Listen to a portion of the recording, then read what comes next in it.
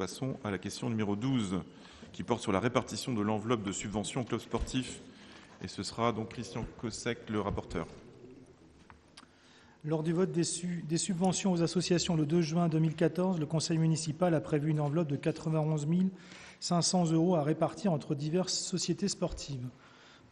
En accord avec la commission sport et vie associative et la commission des finances, il est proposé au conseil municipal de répartir ainsi qu'il suit cette enveloppe entre les associations sportives. Alors je ne sais pas s'il faut que je liste l'ensemble des associations.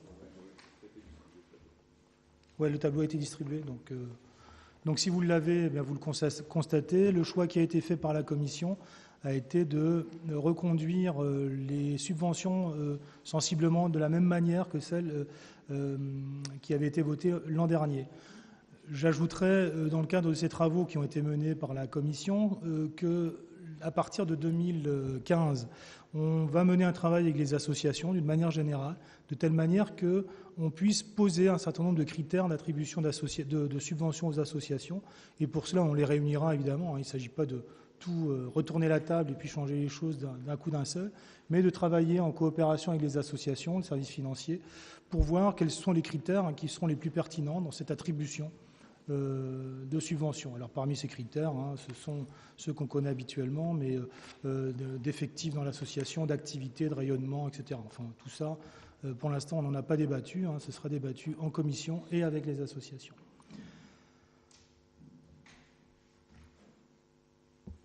Y a-t-il des questions ou des remarques à formuler concernant cette enveloppe globale attribuée aux associations et la distribution? Monsieur Siri. Déjà, je ne prendrai pas part au vote étant président de l'association. Et puis d'autre part, on en avait discuté lors de la commission. Moi, il me semble qu'il serait bon de mieux répartir au niveau des subventions. Comment expliquer ça? Je vais prendre le cas de la pétanque. J'ai 800 € de subvention, mais en réalité, j'ai 7 500 € de subvention exceptionnelle pour le national et j'ai une mise à disposition du HARA. Ce qui serait peut-être bon, c'est qu'on essaye d'uniformiser toutes ces subventions qui sont données et puis de vraiment chiffrer ce qui est donné à chaque association.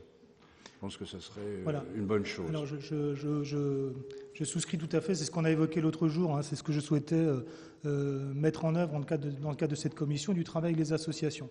Vous avez remarqué qu'aujourd'hui, effectivement, il y a 2 temps de subvention d'association. Le premier temps, ça a été en juin 2014 et le deuxième temps aujourd'hui.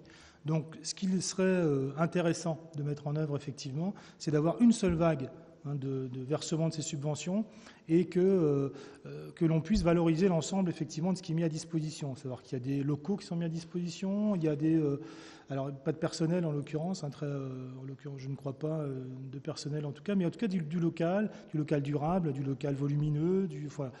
L'idée c'est de mettre effectivement ça en valeur, d'intégrer cela peut-être dans les critères également, parce que c'est un aspect important, une mise à disposition de locaux.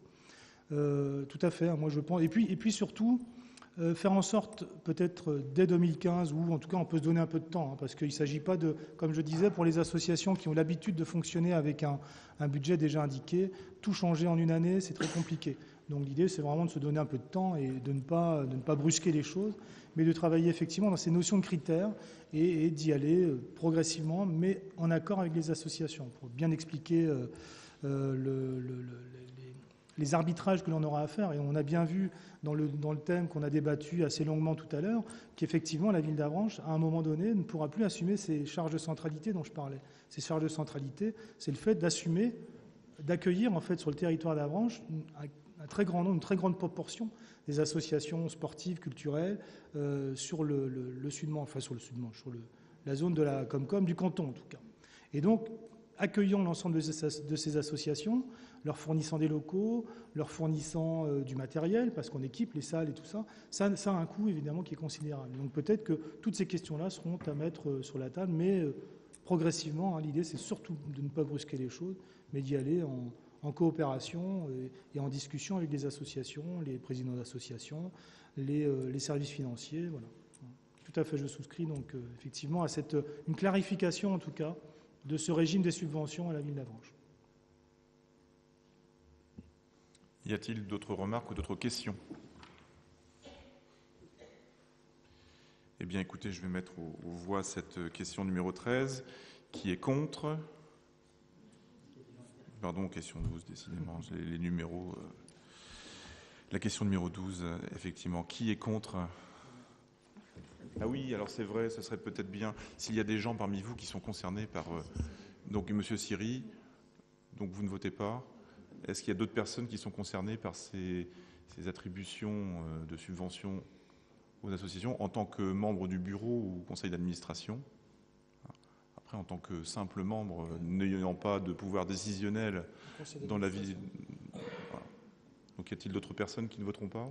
Est-ce que le conseil d'administration est concerné aussi?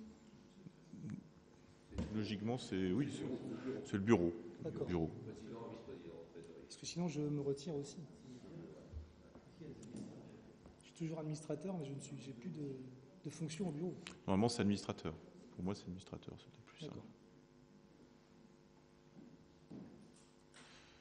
Donc, s'abstiendront les gens qui sont concernés.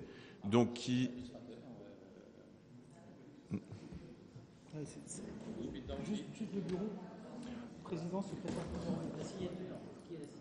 Voilà, ce sont des gens qui ont des signatures, oui. D'accord. C'est la question de la signature. Et ça peut dépendre d'une association à l'autre aussi.